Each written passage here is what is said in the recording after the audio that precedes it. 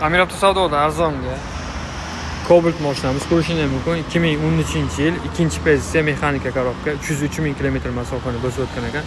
Mashina orqa oldida pechat ekan, 30% partoz uchun kraska qilingan joylar bor ekan. O'zini uchun bir qator ko'rsatib tekshirib olasiz. Egardan olgan ma'lumotni sizlarga yetkazamiz. S5 diskida 4 ta yaxshi balonda salon qismlarini ham ko'rsataman. Salonlari ham akkuratli bo'lib turibdi. Yaxshi qimmat chexollar, qimmat ko'ylak solingan, 303 ming bebek mexanika rollar qo'yilgan. Mashinaga propan gazda paketini uстановка bo'lgan ekan. Mashina tashqi ko'rinishida umuman qilgan chizilgan joyi yo'q. Orqa ko'rinishida ham chiroyli holatda turibdi mashina. Olov bo'lib yonib turibdi.